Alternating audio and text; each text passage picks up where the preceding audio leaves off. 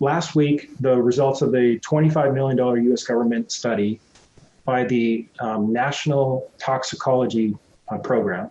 Yeah. US government program basically said that cell phones are unsafe, right? So what's the deal on this? How significant, what did they actually say? How significant is it, and where do we go forward from here? Yeah, well, you know, Josh, it's important to know that this study has been mandated by the FDA in 1999. So they said we are supposed to study the cell phone effects and to prove that they're safe as the FDA on consumer products. They didn't have the capability to do so. So they asked the National Toxicology Program, that is literally the gold standard of scientific research when it comes to determining what is a carcinogen and what is not a carcinogen. That was in 99. And now, as of 2 weeks before, 2 weeks ago, or actually, no, several days ago, I think it's less than a week, the National Toxicology Program has declared that EMFs is a clear carcinogen for rats, and they've seen the increase in several types of tumors, among them heart schwannomas, and these are rare heart tumors, also certain types of brain tumors, and then they saw other things like lowered fertility and birth weight. They saw increased DNA damage. They saw different tumors of the adrenal glands and other things to different extent. But what is clear is that certain categories of exposures in these rats are a clear carcinogen. And it's important to keep in mind that originally this study was designed in order to prove without the shadow of a doubt that cell phones are safe. So the exposures that were used in the study are equivalent to what cell phone users are exposed to on a daily basis when they talk directly on the phone, especially considering the fact that PhoneGate alert the independent French testing of the cell phones near the body, not with a separation, because it's tested with a separation. When you have it right next to the head or right next to the body, well, it can go way over the NTP study that has shown that it's a carcinogen. So this is extremely mainstream information. This isn't a fringe group that did one study or someone who or hearsay. This is the golden standard of scientific research who says, well, this is a clear carcinogen. And what did the FDA say right after the study was published? They said a few things that were completely, I'll be extremely polite, completely inaccurate, completely false, a lie, in other words. They said, well, these findings cannot be extrapolated to human population. In other words, well, we mandated the U.S. government, the NTP, to do a $25 million study, but it says nothing. It means nothing. So, which is not true. Again, when the NTP finds something that's a carcinogen, we should aim to reduce that in humans. And the gold standard of carcinogen research is using rats and not humans. We don't want to expose humans, have them catch cancer, and then verify that it's a carcinogen. That's not how it works. Rats have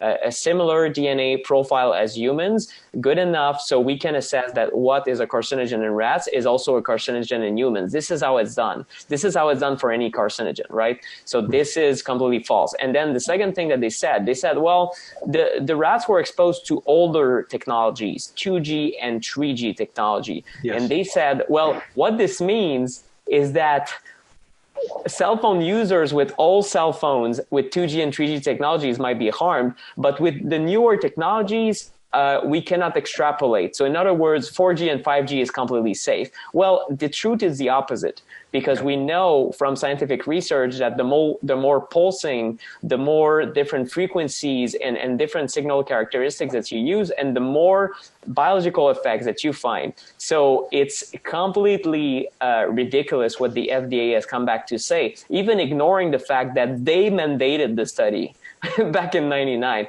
So we should not take this criticism as serious. And unfortunately, it just shows you how unfortunately, follow the money. It's the FDA cannot be trusted at this point to make decisions for people's health. What this means is that now I think we're going to move forward with this study and many other ones that came out. We're going to move forward with maybe a classification of EMFs at the World Health Organization that will be higher than the 2B we have at the moment. That is a possible carcinogen. It might be a 2A probable or a class 1 definite carcinogen.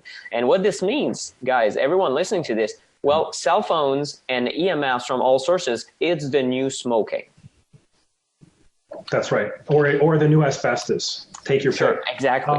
This is my phone. I have an iPhone, and here I have two actually adapters here to wire it. This is an Ethernet cable, and this is the lightning power. And anyone can do this. I actually have a free downloadable document on takebackyourpower.net, and on page I think 7 of that, it shows you how to wire your phone. So this is great. I'm using my phone right now actually to receive questions from the amazing Dave, our assistant. So I just wanted to mention something that you wrote about just recently. I know we are short on time. We got to get the questions quickly, but you wrote about this. You said if you go to your settings panel, let's see, I'll turn it, and under cellular, actually, you guys see that? It says Ethernet. There's an Ethernet option on the phone once you have it plugged in. It's interesting. Yeah. Bet you didn't know that.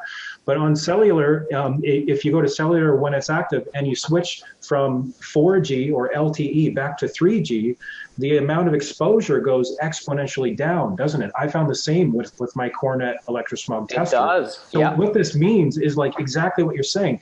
If 2G and 3G older technologies are showing harm, Nick, then 4G and now 5G coming are extremely just dangerous, and it's worse. It's worse. Yeah. I mean, I'm getting emails from practitioners, basically without any EMF training at all, saying, I've kind of put the pieces together, and the clients and patients that I have that spend a lot of time on their phone next to the heads, because I started asking about cell phone use. The ones that spend a lot of time with the phone next to the head, their short-term memory is basically going down the tubes. So this is a very emerging crisis, and there's a huge amount of dollars and financial interest to prevent any real solution from happening, because there's so much money to be made in these gadgets and technology and the digital surveillance. So with that, I want to quickly dive in, if we can spend a couple minutes on 5G. Sure. 5G is the next generation of signal, right? 5th generation. This is what it means. And a lot of people are confused because the 5G is also something that can be Wi-Fi, just a Wi-Fi frequency. So Wi-Fi can be 2.4 gigahertz or 5.8 gigahertz or 5 gigahertz sometimes. And this is why you see certain networks around your neighborhood that say 5G. It's not 5th generation. It means 5 gigahertz, right? So this is a common confusion. Well, one thing is sure, 5G has been activated now in many cities, and this is the 5th generation of signal. And the difference between 3G and 2G that we had and 4G or LTE, long-term evolution, is that 5G is very high power antennas, but very short distance. So mainly it will rely on a system where we need new cell phone masts, miniature antennas called the small cell technologies, every 3 to 12 homes in residential areas, and basically at every traffic light signs in downtown areas and cities.